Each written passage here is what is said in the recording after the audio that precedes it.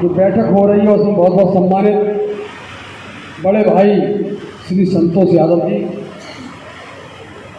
मध्य प्रदेश से पधारे पूर्व समाजवादी पार्टी के जिला प्रदेश के अध्यक्ष श्री अशोक यादव जी, रक्षपाल सिंह जी, विकास यादव जी, सीटू भाई,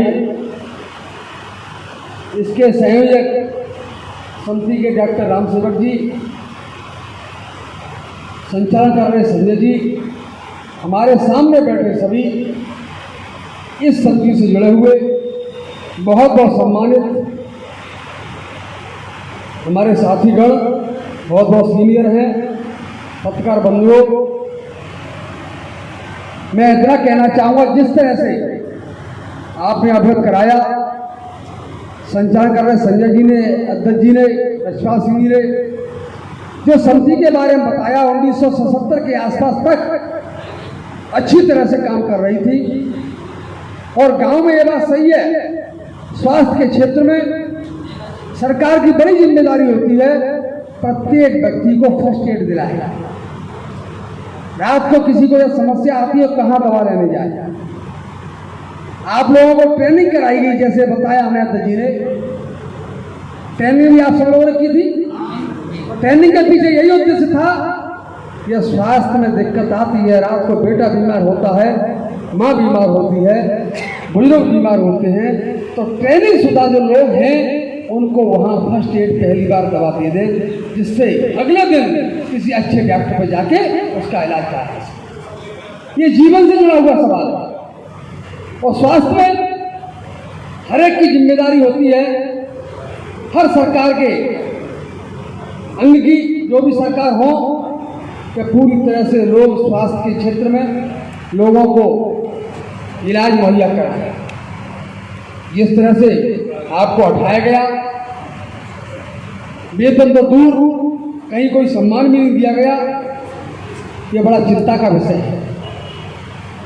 एक तरफ सरकार कहती हैं, ऐलान करती हैं, हम लोग प्रत्येक व्यक्ति को रक्षा और सुरक्षा की जिम्मेदारी निभाएंगे, और दूसरी तरफ जो लोग स्वास्थ्य के क्षेत्र में काम कर रहे हैं उनको किनारे करने का काम करते हैं।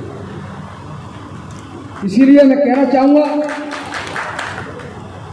हमें जब भी मौका मिलेगा सदन में बोलने का, आपके पक्ष की बात जरूर रखेंगे, हर हालत में रखेंगे और स्वास्थ्य मंत्री से जवाब देने का काम करेंगे। इसमें जिस तरह से रक्षपाल सिंह जी ने बताया, हमारे दो संगठन हैं, एक के उपाध्यक्ष हैं, एक के अध्यक्ष हैं, हम उनको भी बाया दिलाते हैं। आपने कहा माननीय अखिलेश जी से अपनी बात रखें। माननीय अखिलेश जी और माननीय नेताजी के बारे में आपने पूरा सुन रखा है, हम आपको क्या बताएं, सभी हमारे सम्मानित बैठे हैं। तभी हमने संचालक महोदय से निवेदन किया था, परिचय एक बार हो जाए, आपस में परिचय हो गया, मालूम पड़ गया कौन कौन से गांव के सभी सम्मानित लोग हैं।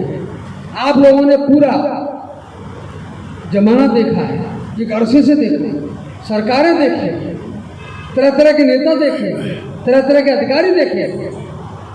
मैं कहना चाहूँगा, भारतीय जनता पार्टी की सरकार केंद्र में और प्रदेश में भी है, विकास कहीं दिखाई दे रहा है?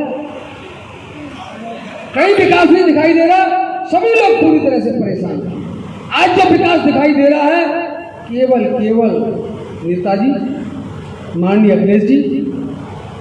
और इस समय मैं ये भी तारीफ करना चाहूँगा, जब मायावती जी मुख्यमंत्री थी तो उन्होंने अपग्रेड कर गांव बना के कुछ विकास कराए थे। भारतीय जनता पार्टी ने कोई विकास कतई। इसीलिए सबको ये सोचना चाहिए और सबकी क्या जिम्मेदारी है। यदि किसी व्यक्ति से काम लेना चाहते हैं, घर का कोई मुखिया होता है, उस पर हम रोड ज़्यादा डालना चाहते हैं, उससे हम अपेक्षा ज़्यादा करते हैं, सबसे पहले उसको मजबूत बनाने का काम, तभी तो ले सकते काम। जब आपका घर का मुखिया मजबूत नहीं होगा, वो खुद बीमार होगा, खुद दूसरों का सहारा देख रहा होगा, तो क्या आपकी सहायता कर सकता है? नहीं कर सकता ना। सरकार के हाथ बहुत बड़े लंबे होते हैं। सबसे पहले हम सरकार लाने का काम करें। अपनी बात तो रखें ही रखें, लेकिन जो आपका काम है, आपकी मांग है, बिना सरकार के नहीं हो सकती है, कभी नहीं हो सकती। समाजवादी पार्टी हमेशा नौजवानों का, छात्रों का, बेरोजगार का, छात्राओं का, व्यापारियों का, महिलाओं का हमेशा भला करती रही है। उसका जीता जागता उदाहरण है। कितने लैपटॉप पूरे देश में किसी ने नहीं बांटे किसी ने।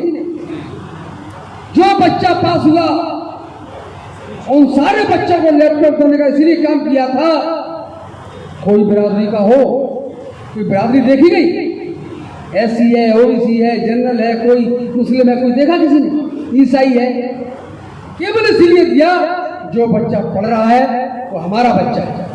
हमारा बच्चा पढ़ रहा है, वो तरक्की करेगा, वो दुनिया की टेक्नोलॉजी से मुकाबला घर बैठे कर सकता है, देख सकता है लैपटॉप में। उसे आगे शिक्षा लेनी हो, देख सकता है मुझे किस क्लास में कहाँ पढ़ाई लिखाई सुलभ हो सकती है। उन्होंने कोई बराबरी नहीं देखी, सारे लोगों को लैपटॉप देने का काम। इस सरकार ने कहीं कोई ऐसा काम नहीं किया। इसके साथ साथ आपके क्षेत्र में जनेश्वर मिश्रा ग्राम बनाए, लोहिया ग्राम बनाया। जनेश्वर मिश्रा ग्राम में जो सड़क पक्की हुई, उस गांव की सड़क पे किसका घर आ रहा है? सत्ता जी का आ रहा है, कुशवाहा जी का आ रहा है, बघेल साहब का आ रहा है, किसका आ रहा है?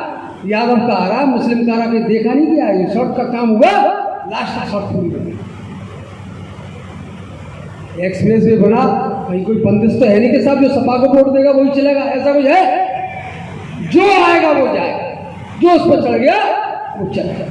और एक बार चढ़ जाता तो याद करता है कि इसलिए सड़क बनाई। तो समाजवादी पार्टी सबको साथ लेके चलना चाहती है, सबको साथ लेकर के सरकार बनाना चाहती है। हमारी आपकी सबकी जिम्मेदारी है सबसे पहले अखिलेश जी को मजबूत करना।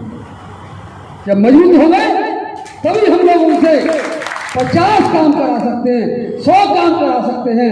एक केवल आपसे बात करते हैं, आपकी स्वास्थ्य क्षेत्र में आपको बहाल किया जाए, आपको सैलरी दी जाए। हम कहते हैं सैलरी भी दी जाए, बहाल किया जाए, आपकी पावर बढ़ाई जाए, और उम्र ज्यादा हो गई तो उम्र की जगह आपके बेटे को भी नौकरी दी जाए। ये भी हम लोग साथ जोड़ सकते हैं।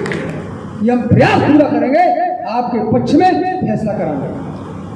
लेकिन उससे पहले हमारी सबकी जिम्मेदारी है, जिस तरह से कोई पेड़ होता है, पेड़ जब छोटा होता है, हल्का होता है, छाया नहीं मिल सकती, फल नहीं मिल सकता। किसान जब पूरी तरह से उसको बड़ा कर देता है, पानी लगा के, हवा लगा के, धूप लगा के, तब उसमें इतने फल आते हैं, पूरा परिवार फल खाता है और फल मंडी में जाते हैं, उससे आय भी होती है। इसीलिए आपकी जो मांग है, जायज मांग है, बहुत दिनों से चली आ रही है, हम लोग सदन में भी रखेंगे और माननीय नेता को अवगत भी कराएंगे, जिससे आपके रास्ते आगे खुल सके।